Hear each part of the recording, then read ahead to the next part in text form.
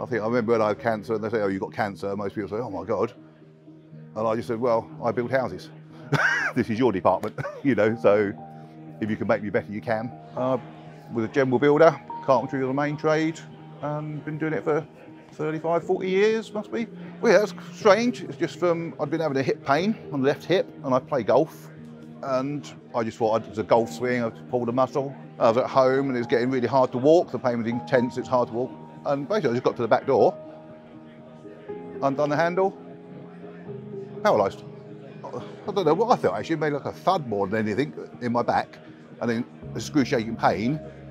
And I was just hanging on the door for, must have been 20, 30 minutes. And then wife came in and called the, emergency services.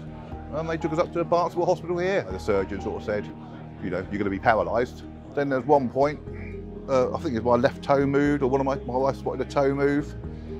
And they all said, no, it's just imaginary, it's in her head sort of thing. And then another toe moved. And it turned out where they thought the spinal cord had been severed, it had actually just been squashed so tightly, it wasn't even picked up on like the MRI machine and things. And that's it, basically. They kept doing the tests, I was zeroed and all the signals were zeroed out. And then suddenly, started, once I knew I could start to walk again, a bit more exercise, pushing things on to where I am now. I have to use crutches, but it's better than not being able to walk, I guess, and being in a wheelchair all the time. Even in the wheelchair, I've done building people that will be to a spot. So I've done that little bit, get me to a point, and I was plastering probably about 4 or 5 feet up, just sort of scattering around. And my friend, he wanted to learn plastering. I said, well, you can do the top bit. So he did above and I did below. Well, I'm on permanent chemo now. I can't even pronounce the name of it. But yeah, this is the last chemo that's available for me. And it would just go into life basically until it stops working. And then when it does stop working, we thought maybe get another year or so afterwards. But it appears you get weeks.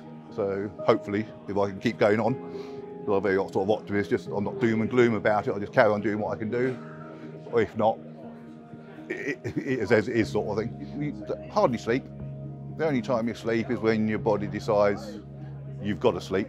And then I could close my eyes and then the whole day would just disappear. And pain really, 24 hours in pain. So you're missing a lot of just on life really, like a wife sort of thing would go out, which doesn't happen anymore. At the hospice, yeah, mainly, obviously, it's the first time I'd ever been to hospital.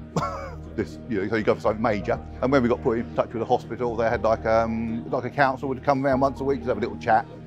And that's it really, the counselling side of things, in my mind, I'm thinking I just want to get out and do stuff still. But no, I couldn't. And it taught me how to step away. And it gives you a bit of a confidence, really, I suppose, just chatting to other people. Well, from what I know, the Rugby Roundabout, it's sort of basically making everybody aware of the hospice. Yeah, it's mainly just supporting, what they do for me. I like sort of like give back. Like even today, everyone says, well, just sit in your wheelchair and just get wheeled round. But then in my mind, I thought, no, someone's sponsoring me to attempt the walk. Although I shouldn't be doing attempting the walk, I'll do it anyway, because I see it like that. And it's just giving back to them, really.